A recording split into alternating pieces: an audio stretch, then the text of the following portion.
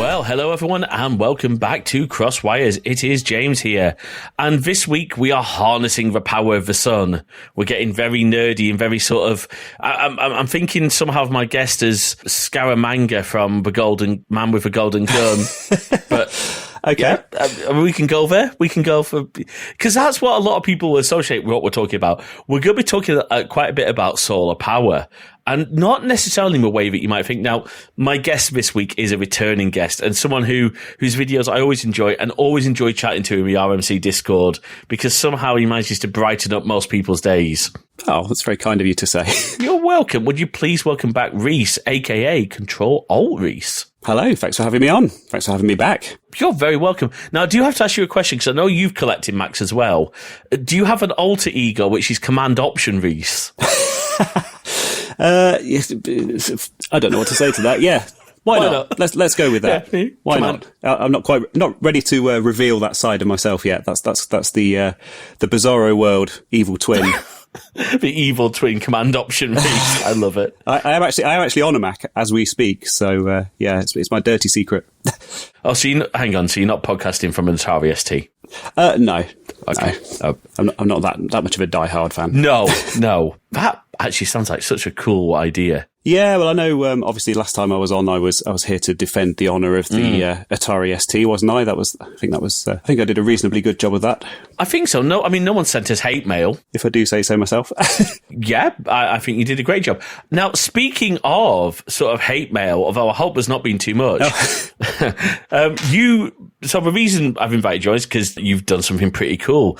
But I'm guessing that you weren't expecting the video that this was about to go as viral as it did. No, that's been pretty crazy. So, over the summer, I kind of decided to start playing with solar power, and I knew absolutely nothing about it, and I thought I would buy a kit and put it together. And obviously having a YouTube channel, everything that I do now, everything that I build now has to be turned into a video. Of course.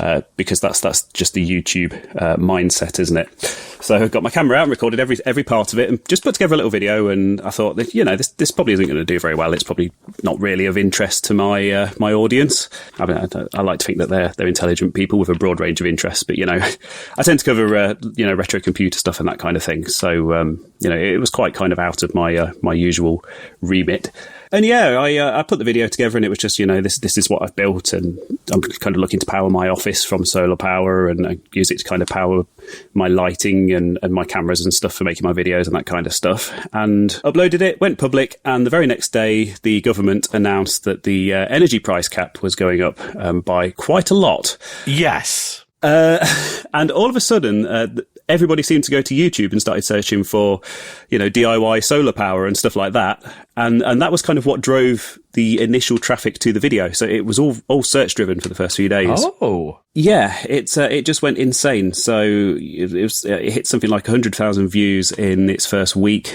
I think it was first 2 weeks, maybe. Bearing in mind that a typical video on my channel is maybe 2,000 to 3,000 views in that time, and then they tend to just die off. But yeah, it showed no signs of slowing down. And we're currently at so that was the end of August that video went public, and currently, as of recording, I think it's about 640,000 views, which is just insane. Wow. Is it fair to say then that's probably your biggest view count at this point? Oh yes, I mean my second biggest is the follow-up video I did, which has just gone over 100,000. And then the next one after that is like 15,000 or something like that, which is a video that's been out for 2 years. So, yeah. And, I mean, that shows the power of YouTube, first of all, that there's something on YouTube for everyone. And I guess the next question then has to be, because one of the things we really like to promote on Crosswires is treating people online, be that in comments, be that on tweets, with the exception of certain government ministers, I do have to say that. Sorry. But that leads me to my next question. What have the comments been like? Because on a video of that size and with such a provocative is the wrong word, especially in this time, an emotive topic. Yes, that's a good word. So initially, very early on, it was obviously my kind of regular viewers and stuff, and they were like, oh, this is really interesting, quite like the angle that you've taken with this. And I mean, my regular audience on YouTube are all really, really nice, really supportive. I get the same commenters propping up on every single video, and they're very supportive of what I do, and I appreciate that. And then sort of the search traffic started to come in, and it was people who were interested in learning about solar and just saying, thanks for putting this video together. Thanks for, I'm new to all this. And I'd recommended some other channels and stuff as well that obviously knew a lot more about it than I did. Obviously, I'm still a complete beginner when it comes to this stuff. And it was then that YouTube kind of started to push the video a bit more widely, and a lot of people kind of from the solar community started to find it. Oh. And at first, I have to say, I'm not building up to some big dramatic reveal or anything. Overall, it has been very positive, overwhelmingly so. And most of the people in the solar community kind of found the video and were like, oh, welcome to the hobby kind of thing. These are the kind of upgrades that you want to make. These are the next steps that you want to take kind of thing. You want to move from a 12-volt system to a 24-volt system because it's more efficient. And, that charge controller that you've got isn't very good. You should buy one of these kind of thing and all that kind of stuff. All really helpful stuff. I did have the odd one saying, oh, you've done this wrong, you've done that wrong. But when I get comments like that, I don't like to assume that they're coming from a negative place. There's sometimes you've got issues with a language barrier, and you've got people who are just sort of typing something out in a rush and not really thinking about it. And, if a comment's saying, by the way, you should have done this differently, you can't necessarily assume that they're attacking you, or I don't like to anyway. But all that said, I did have a small handful that were obviously negative and not coming from a good place. A few really strange ones from people. I think the whole renewable energy thing can be quite divisive. I think there's some people out there who are kind of have their minds made up and think that it's a big waste of money, and it's no better for the environment and all this kind of stuff. And that's kind of their angles that I didn't really cover in my video. I didn't really want to say, I'm doing this because I'm trying to save the planet, or I'm doing this because I'm trying to save money, or anything like that. I did it because I wanted to learn how solar power worked. So, and that's how I learned by doing. But there were a few people who very obviously hadn't watched the video and had obviously just seen it pop up on their homepage and just wanted to vent about stuff. I just laughing at the expression on your face, trying to work out what some of these comments were. But, I can only imagine. You have to actually go and look at the video now. I think, to be honest, you would struggle to find them. I specifically stopped checking comments on that video when it went really, really big. And at its peak, I was getting over 2,000 views per hour on it. Wow. And a lot of those people were commenting. And in the first couple of weeks, I had like 800 comments. And I tried to reply to everyone, because I've always tried to reply to everyone. Just because that's kind of what you do when you have a smaller channel and you're building an audience and stuff, and it's only polite. Yeah, exactly. It's one thing I try and do. You're hearing our outro. We will always try. Actually, I don't think it's in the outro anymore, but I always say we'll try and reply to every comment that people leave, because you know what? If you've taken the time to engage with someone's channel, I think it's courtesy. I know it's not always possible. I know I wouldn't expect, say, for example, someone like Linus to personally reply to every comment on his video, because it's impossible. But, as you said, for smaller channels, like yours and much more so ours, because ours is definitely nowhere near that size. Yeah, well, I got to a point where, because the way it used to be on my channel is I'd kind of just have a look at my comments. I stopped checking them on my phone, just because I found that I was checking them constantly. But it got to a point in my channel where I was checking maybe 2 or 3 times a day, just go on my laptop and see what the comments are and just kind of reply to everyone. And I found that I was going on there and I was spending like half an hour to an hour just replying to comments just on this one video. And a lot of the same questions were coming up, and a lot of the same sort of nitpicks and and that kind of thing. So I wrote quite a long-winded comment, which I pinned, just kind of addressing some of the most common things. And then I kind of told myself, right, I'm spending so much time on this, I need to kind of move on from it, which is why I put the follow-up video together, which kind of addressed a lot of stuff that was kind of brought up off the back of the first video. So I haven't looked at the comments on either of those videos for quite a while now. It's not fear of anything negative or anything like that. It's just I know that I'll get sucked in, and it's nice that people go out of their way to comment and stuff, but it gets to a point where everyone's saying the same thing, and it's all stuff that's already been covered, and they're not people that are going to come back to the channel anyway. So it's like at some point, I think you do have to move on, and I think when you see these really big channels that have millions of subscribers and, you know, millions of views on their videos, that's kind of what they do. They'll sit around sort of immediately after the launch of a video and kind of reply to people, and then they get to a point where they have to draw a line under it and move on, if that makes sense. I'm not saying I'm at that level yet, but I have had a taste of that as a result of this. Absolutely. Thank you, Rees. And, you know, I have to say, I really enjoyed both videos. And I'm not just saying that because you're here, but I watched them from a point of view, this is something I would love to do. Now, for me, it's not possible. I don't own property. I'm in a flat. There is a little bit of roof space outside this window, but I can't get to it unless I become an acrobat and get through. You know, the only people who've been up on that roof that I'm aware of recently have been the OpenReach engineers, and possibly in a couple of weeks of the City Fibre engineers. It will depend how the Mission Impossible goes. I will say this, by the way, to Bournemouth Council, BCP Council's planning department, whichever nincompoop thought that the amount of space that the new builders left next to this building is acceptable needs, but they should have gone to Specsavers, because that's how the copper cable for my fibre to the cabinet connection originally got cut. So they came to install we can't do this because they've cut the cable. So we had to come up with a new one, and it now means that City Fibre can't get line of sight from the pole to. So my broadband nightmare has been ongoing. But, you know, I've got a stable connection. Anyway, let's go and actually talk about the solar. So before we go into what you've actually been doing, I think we both said we should probably clarify what it is that you haven't done, because you mentioned there's maybe been some misconceptions around what your goal was here. Let's just be very clear. This is not a whole home solar setup that you've been working on. This isn't tied into your home's power grid. This is not tied back into the electrical grid. You're not able to obviously pay anything back into the grid. Not that you'd want to at the moment because it's so ridiculously underpaid. So is that correct? It is just this. It's an off-grid solution that you've put together rather than whole home. It is, yeah. I mean, it's in my house, which I think confuses things somewhat. But it's just this one room, this office / studio room. But yeah, it's essentially an off-grid setup that you'd have on a camper or a cabin or a shed or something like that. I just happen to have fed the cables through an air vent into my spare room and plugged all of this stuff into it.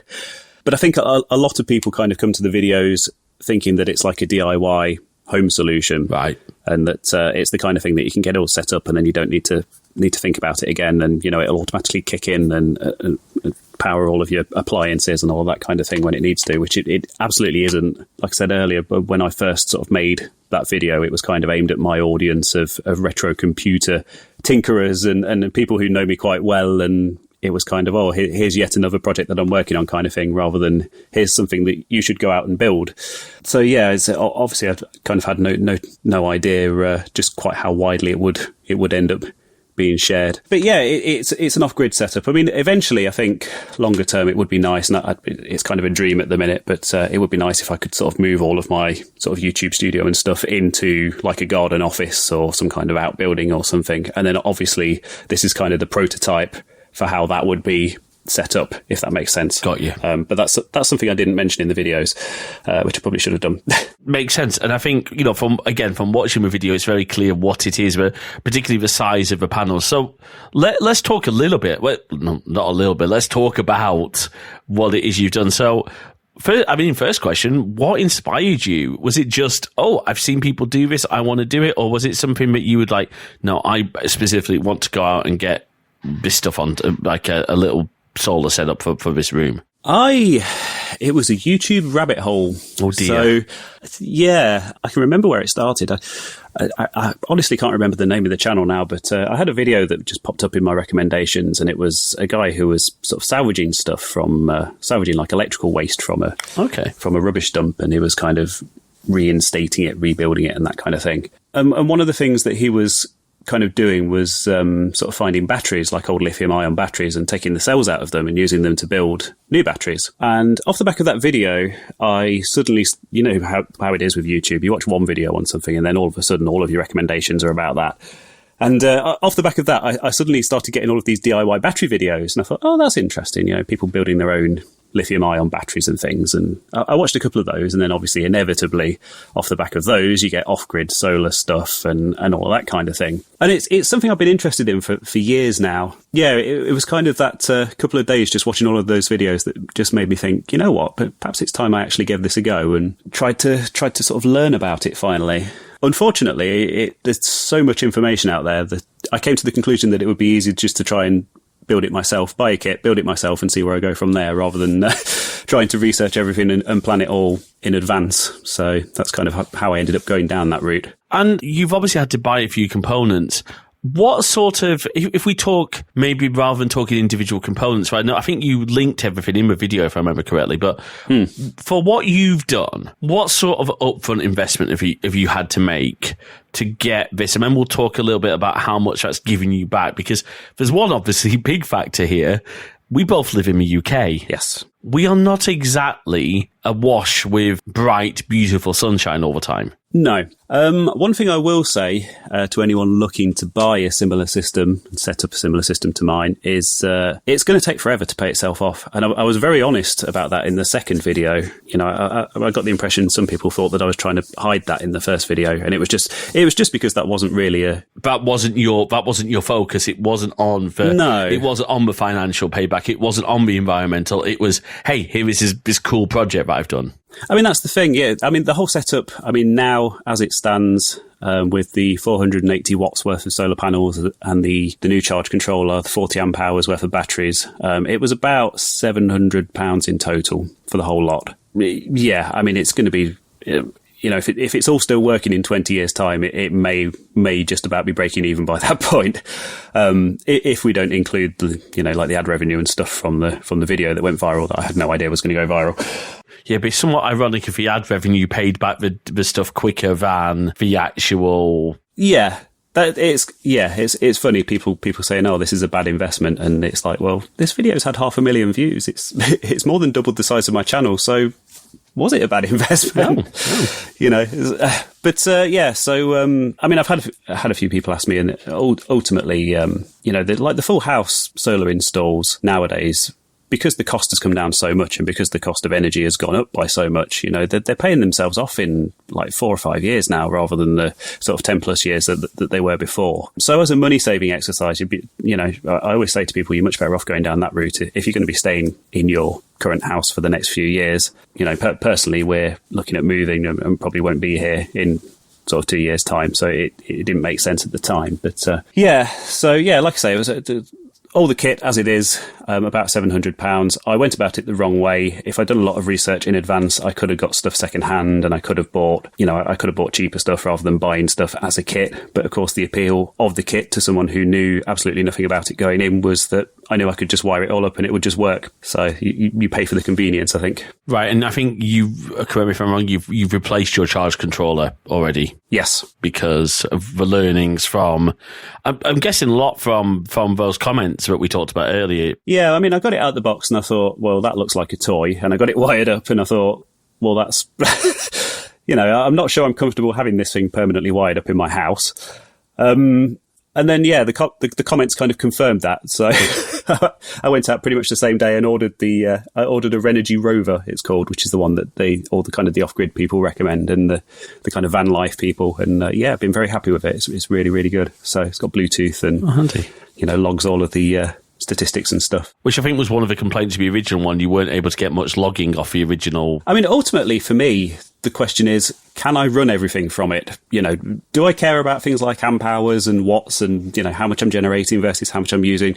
I mean, I'm sat here, you know, all of this lighting, I've got the main room light on at the minute, which is still on the mains, but all of this lighting, my laptop, everything else is running on the solar system at the minute as we speak, because everything in here is wired into it. Brilliant. And, you know, I mean, I quite often work from home and I'll be home all day running on the system. The other night, I was wide awake at 4 o'clock in the morning, decided to do some editing. So I was editing for sort of 3 hours and that was all running off the batteries quite happily. So for me, it's served its purpose and it all works. And And that's kind of all it's ever needed to do, really, as far as I'm concerned. So from your perspective, taking financial out of the equation for a second, from your perspective, it's been worth it for many reasons. Yeah. And I had no idea you were running everything for this off. So if the recording stops, folks, that's what's happened. Rees has run out of battery power. Yeah. That's awesome. So let's get into this a little bit.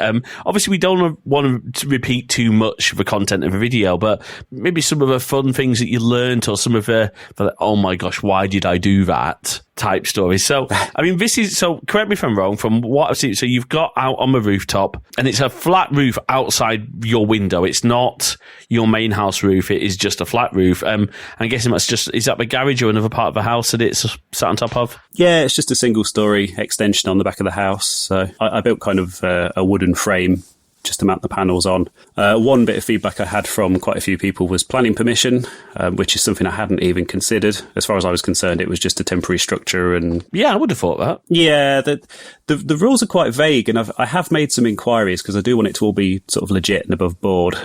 And I don't think the council kind of fully understand it either. They're kind of the opinion that, well, it's solar panels, you don't need planning permission, but it's like, well, yeah, but the rules are slightly different if it's on a flat roof, and I don't know. So. I mean, it's not like I saw the story in Apple News the other day of a chap, and I can't quite remember where it was. I'm trying to remember which.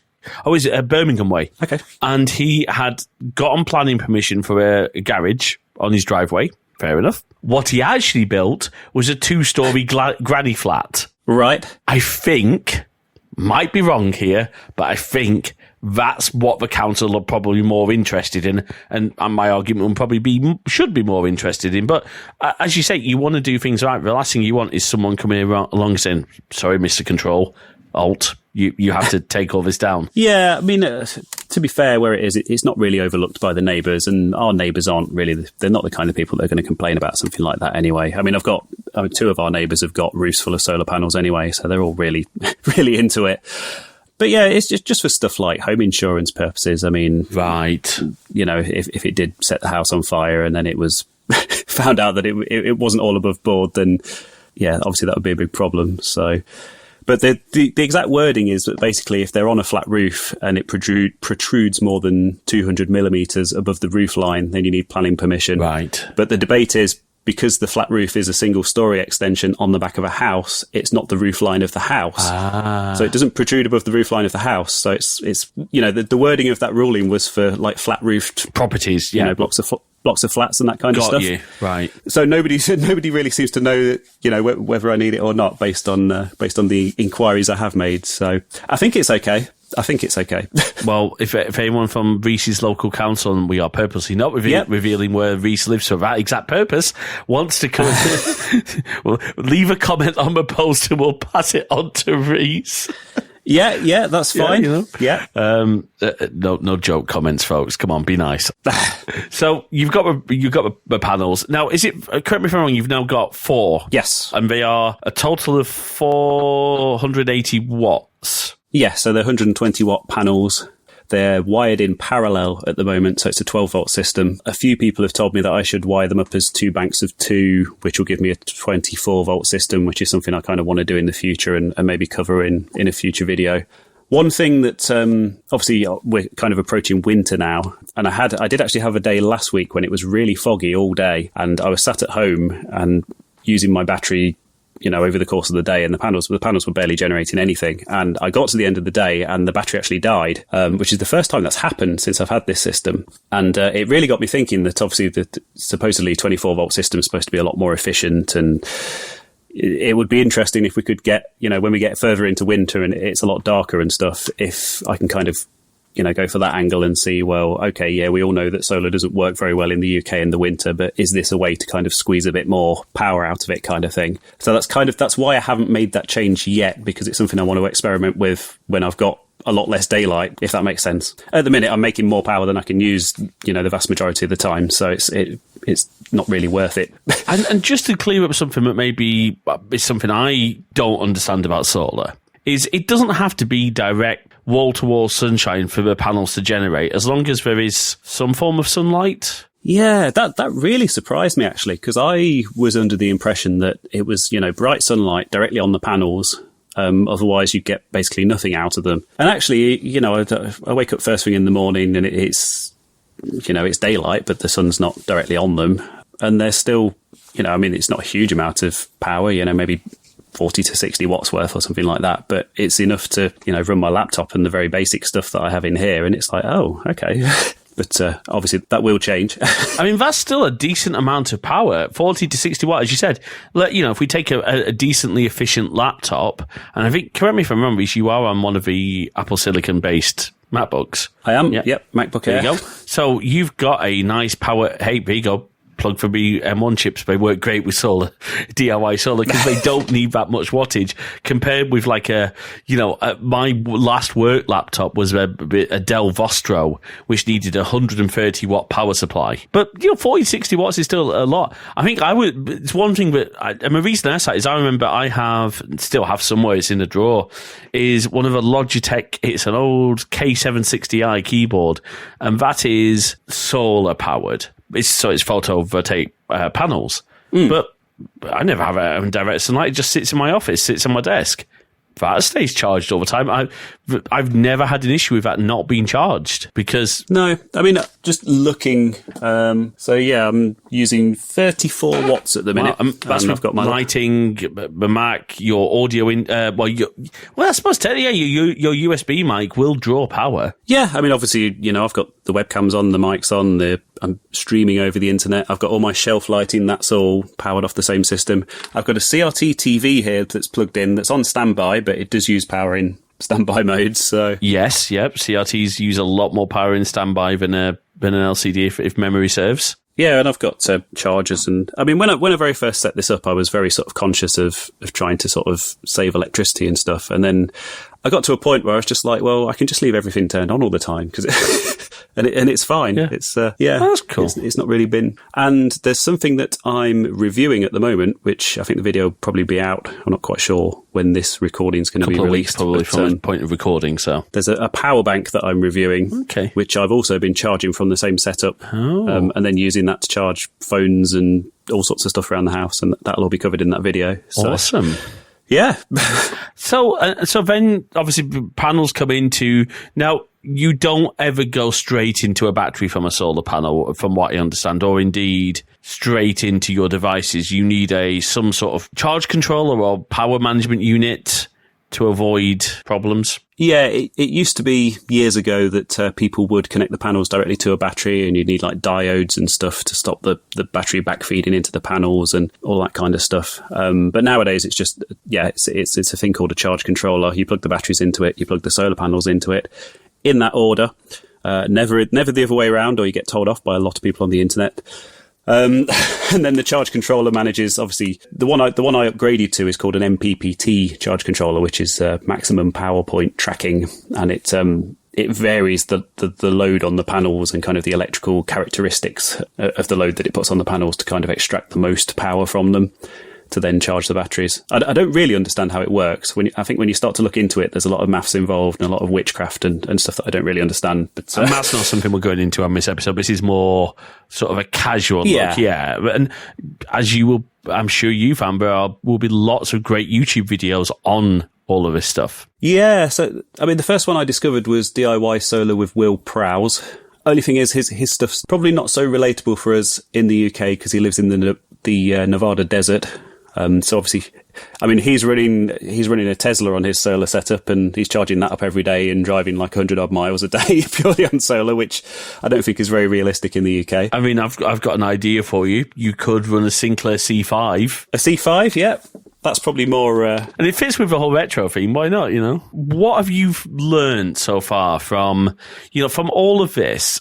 If you could go back to the very start, and you talked about, if you were doing this, with more of a research focus, what do you think you would have done differently in terms of the choices of equipment, the choices of panels, maybe things that you would have done differently in terms of how you've connected it all and what you're running off it? Did you expect to be able to run, for example, your whole, apart from obviously the ceiling light and other stuff, did you expect to be able to run as much off it? Well, that's the thing. I genuinely couldn't work it out. So I thought, I'll do it and I'll see if it works. Okay. Which was part of my motivation for doing it. And I kind of thought, I know very early on before it was all set up, I was kind of talking to my wife and it was like, okay, if I generate a huge amount of power, a lot more than I actually need, maybe we could like have a fridge in here and we could, use it for that and that kind of thing, which I'm not quite at that stage yet. I have run a small portable fridge in here, which I think I covered in one of the videos. But what would I do differently? I suppose was that the question? What would I do differently? It's a much more simplified way to say it, but I tried to make it sound all podcasty and interviewy. But yeah, what would you do differently, mate? Yeah, I wouldn't buy the eco-worthy kit that I bought. So it's made by a brand called Eco-Worthy, or at least it's branded Eco-Worthy. I think I've seen the same components with various different Chinese brands on. Possible drop shipping type deal going on. Yeah, indeed. I think I've paid well over the odds for the panels and stuff just because they were part of a kit. And if you shop around, also going with the Renogy MPPT controller, I probably should have started with that rather than the cheap one that came with the kit.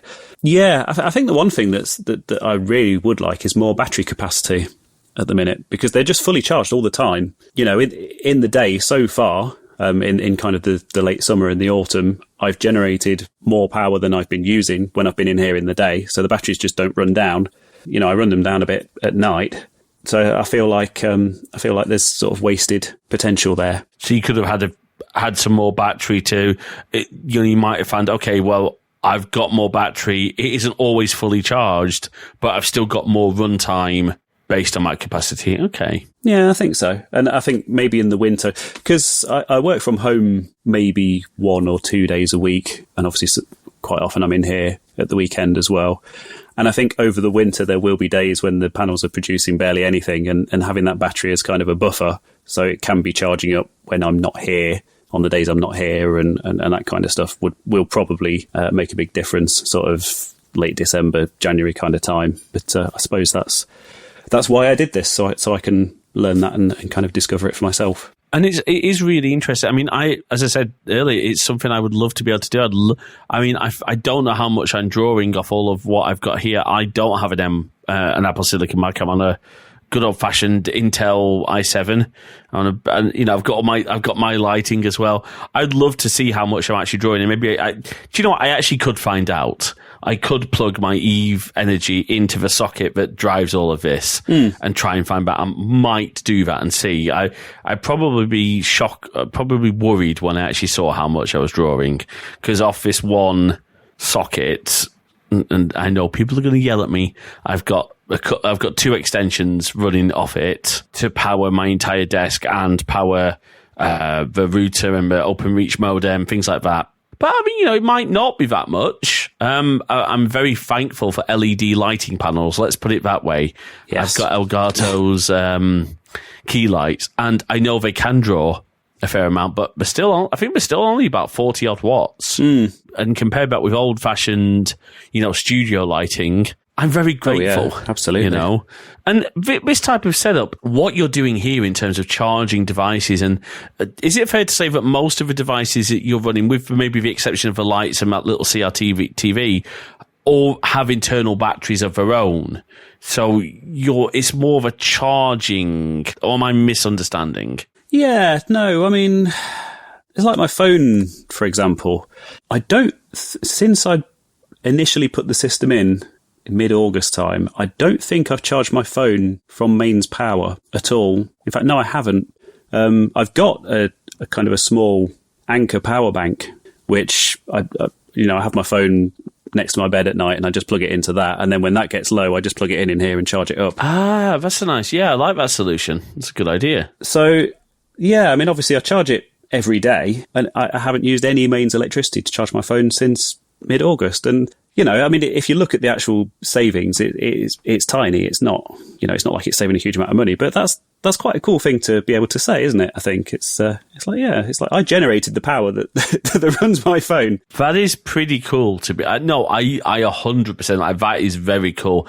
And you've just made a really good point there. We talk about, ways to save energy and to more efficiently use power.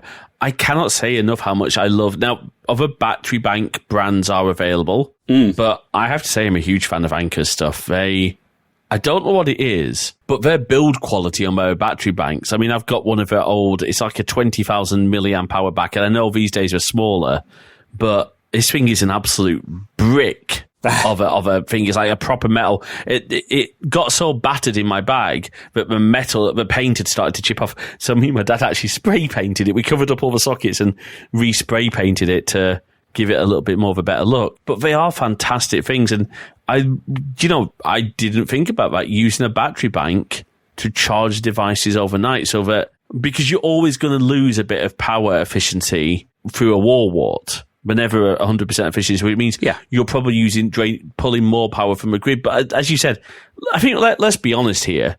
Charging your devices is not exactly the reason that people's energy usage is going up, or in fact, it's not going to contribute much to your energy usage. And as Rees mentioned, over here in the UK, we have a huge energy cost crisis.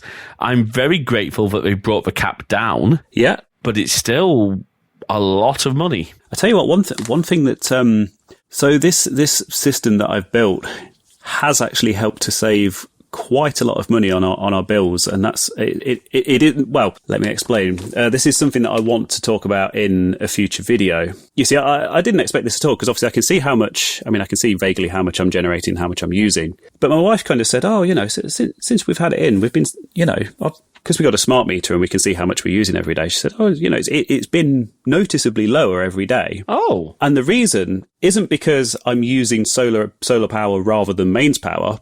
It's because I've got everything in this office connected to the inverter.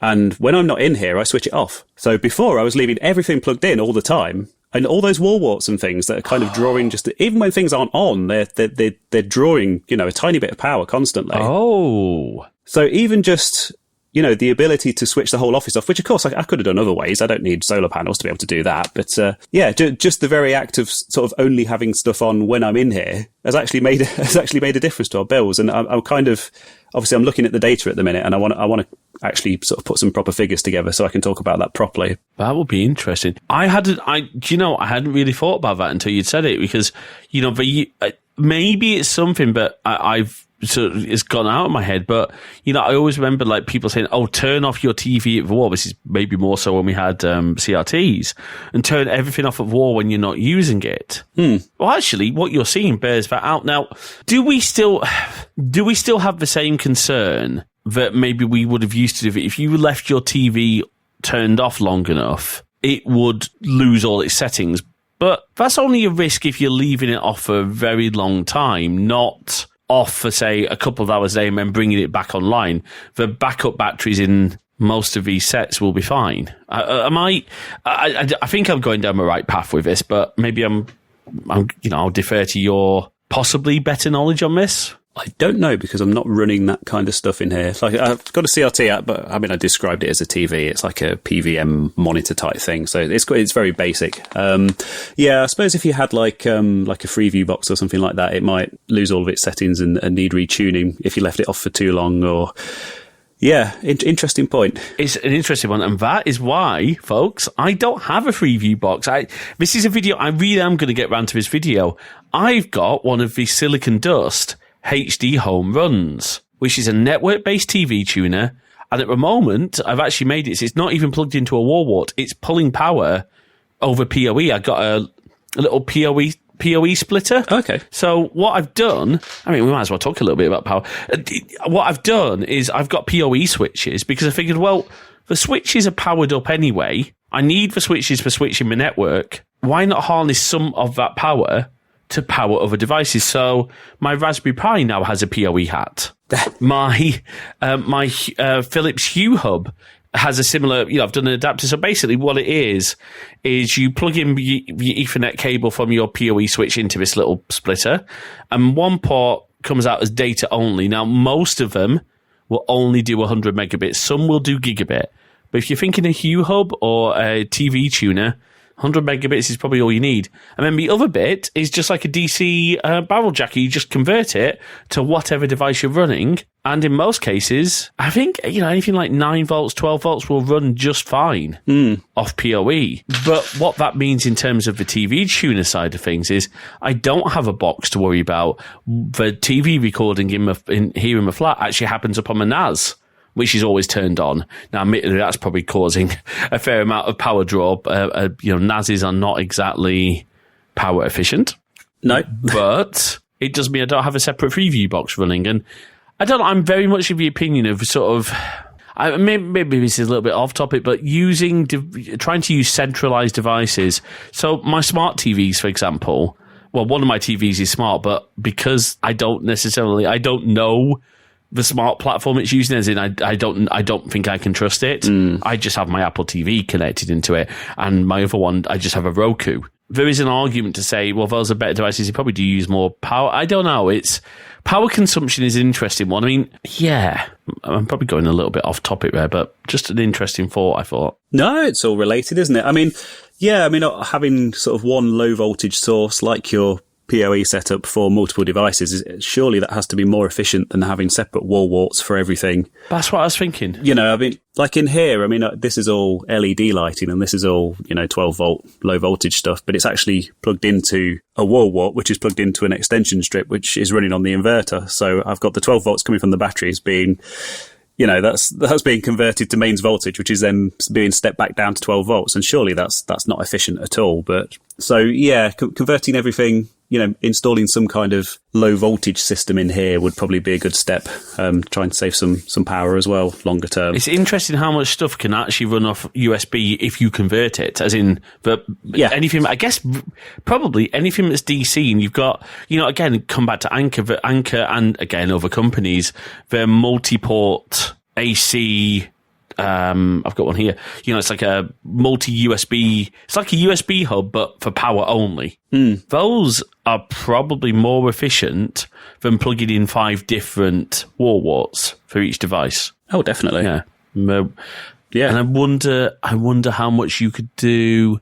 Could you do something like that where you've got something coming off a 12 volt, which is a multi-USB, and then, or as you said, I guess in your case, if the lighting is all DC, then you should just be able to connect them somehow into as you said, a low voltage system. Yeah, I've got 12 volt chargers, USB chargers. Sorry, for my the camera that I use for YouTube and that kind of stuff. And there is a USB outlet kind of on this setup that kind of bypasses the inverter and everything else, which I do use to charge some of that lower voltage stuff. But yeah, I think maybe taking that and expanding it would be a good step.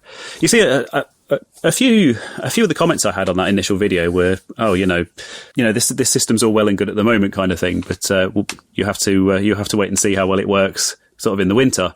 But actually, I'm really looking forward to the winter because I've not had to save electricity at all. And I think it's going to get to a point where I'm barely generating anything, and I'm actually going to enjoy the challenge of, what can I do? What can I convert to 12 volts to kind of save a bit of power here and that kind of thing? And I think it's actually going to be a really interesting sort of learning process and hopefully make for some interesting videos. It puts you in a better position with a lot of people who are, but look, without turning this into a political thing, it bothers me greatly that this winter we're going to have pensioners who are going to be potentially choosing between having the heating on and watching an episode of Countdown. Yeah, I mean, like our next door neighbour, for example, we've been with the past couple of months now. We've been looking after our next door neighbour.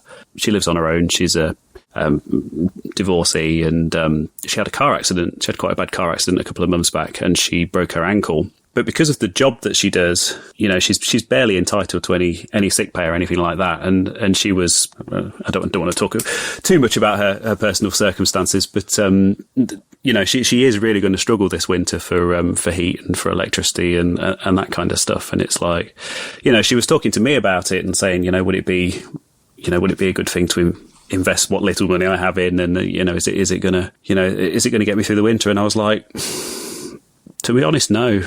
And it's depressing. Yeah, it really is.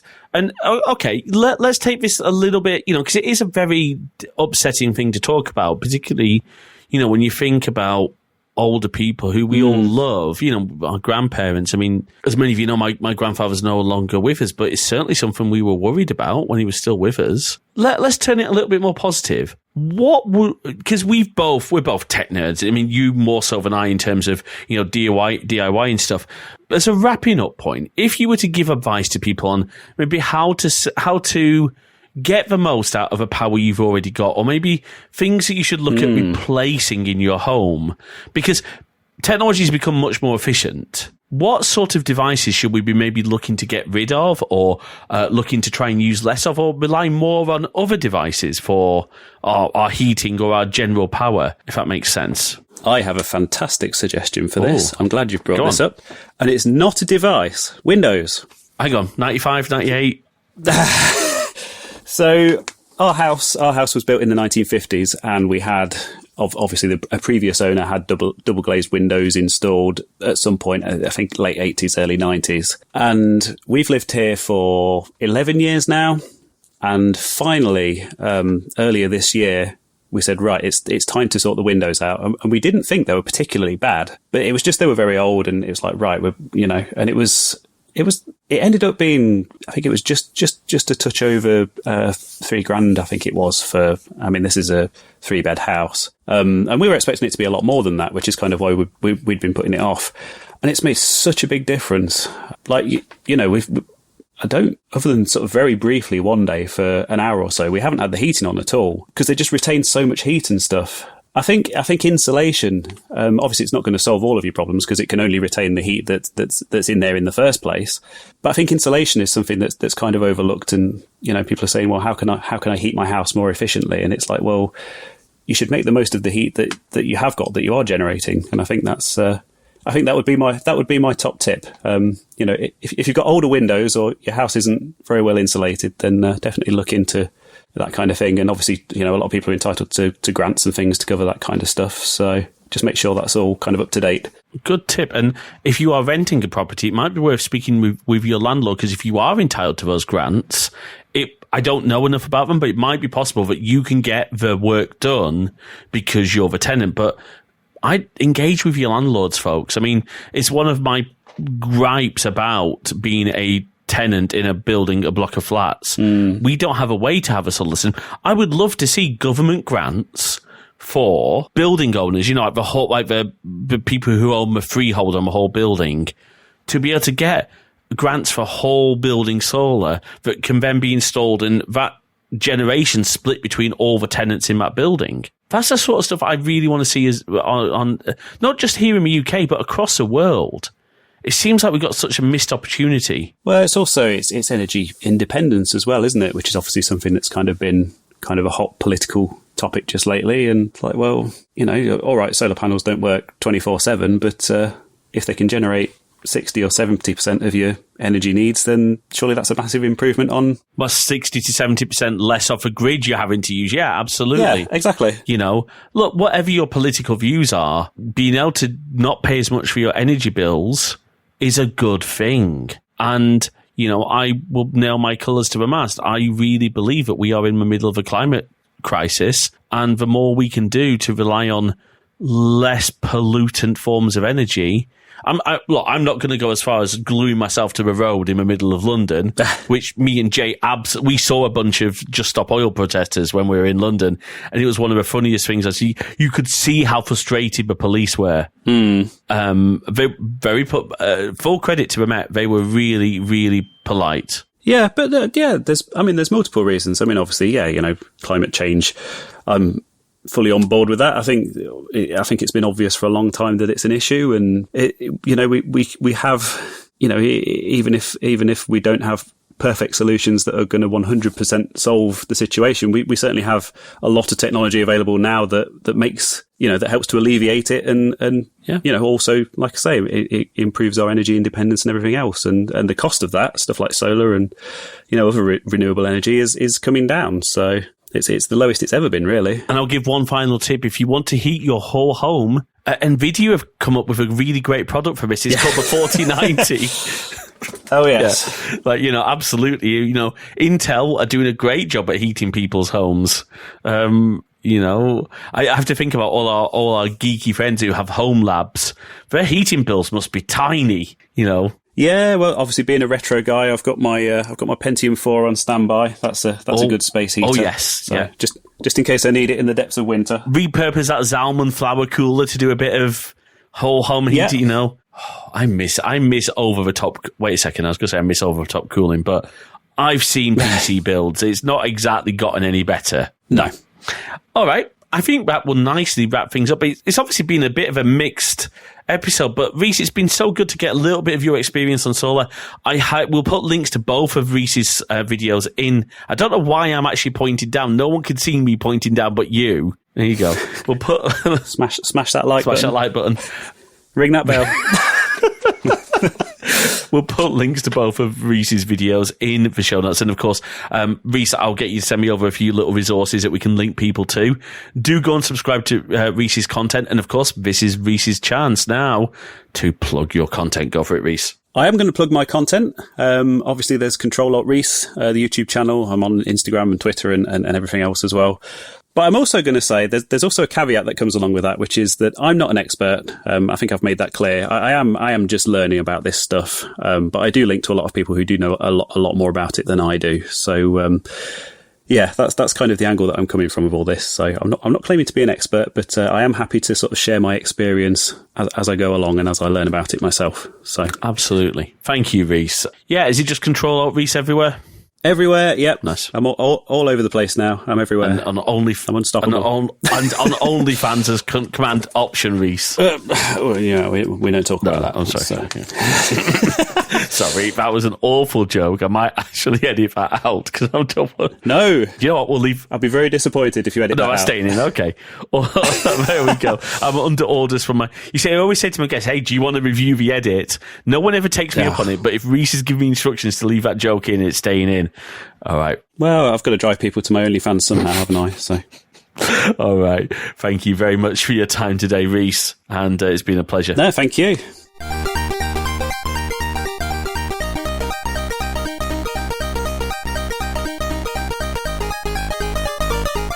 Thanks for listening to this episode of Crosswires. We hope you've enjoyed our discussion and we'd love to hear your thoughts. So please drop us a note over to podcast@crosswires.net.